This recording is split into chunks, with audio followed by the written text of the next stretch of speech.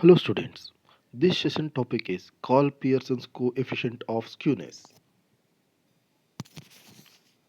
Objective of the session to understand the concept and computation of Carl Pearson's coefficient of skewness. Session outcome. The student will able to understand the application of Carl Pearson's coefficient of skewness. This method is frequently used for measuring skewness. The formula for measuring coefficient of skewness is as follows. So, Karl Pearson skewness calculate ಮಾಡೋದಕ್ಕೆ formula ಕೊಟ್ಟಿದ್ದಾರೆ, ಸ್ಕ್ರೀನಲ್ಲಿ ಕಾಣಿಸ್ತಾ ಇದೆಯಲ್ಲ ನೋಡಿ. Formula ಏನಿದೆ, Karl Pearson skewness is equal to mean minus mode divided by standard deviation. Okay, so S K P ಅಂತಂದರೆ Karl Pearson's coefficient of skewness ಅಂತ, S D ಅಂದರೆ ಸ್ಟ್ಯಾಂಡರ್ಡ್ ಡಿವಿಯೇಷನ್ ಅಂತ. ಇನ್ ಕೇಸ್ ಮೋಡ್ ವ್ಯಾಲ್ಯೂ ಏನಾದರೂ ಕೊಟ್ಟಿಲ್ಲ, ಮೋಡನ್ನ ಸರಿಯಾಗಿ define ಮಾಡಿಲ್ಲ ಅಂತಂದರೆ ಅದಕ್ಕೆ ನಾವು ಇನ್ನೊಂದು ಫಾರ್ಮುಲಾ ಬಳಸ್ತೀವಿ. ಅದು ಯಾವುದು ಅಂತ ನೆಕ್ಸ್ಟ್ ನೋಡೋಣ. In case mode is ill defined or not defined, then the formula will be Karl Pearson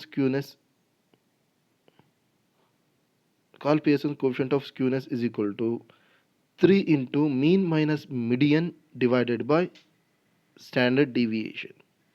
So SKP ಅಂದರೆ Karl Pearson's of coefficient of skewness, ST means standard deviation. So ಅದರದೊಂದು problem ನೋಡೋಣ ಈಗ. Find the coefficient of skewness for the given data. Mean 74.1, mode 84, standard deviation 11.25. So Karl Pearson coefficient of ಸ್ಕ್ಯೂನೆಸ್ನ calculate ಮಾಡಿ ಅಂತ ಕೊಟ್ಟಿದ್ದಾರೆ. ಅಲ್ಲಿ given data ಕೂಡ ಕೊಟ್ಟಿದ್ದಾರೆ. ಸೊ ಫಾರ್ಮುಲಾ ಯೂಸ್ ಮಾಡಿಕೊಂಡು ಬರೆಯೋಣ. ಸೊ ಮೋಡ್ ವ್ಯಾಲ್ಯೂ ಕೊಟ್ಟಿರೋದ್ರಿಂದ ಫಸ್ಟ್ ಫಾರ್ಮುಲಾ ಹಾಕೋಣ, mean minus mode divided by standard deviation. ಈ ಫಾರ್ಮುಲಾ ಯೂಸ್ ಮಾಡ್ಕೊಳ್ಳೋಣ. So mean value 74.1, mode value 84, standard deviation value 11.25.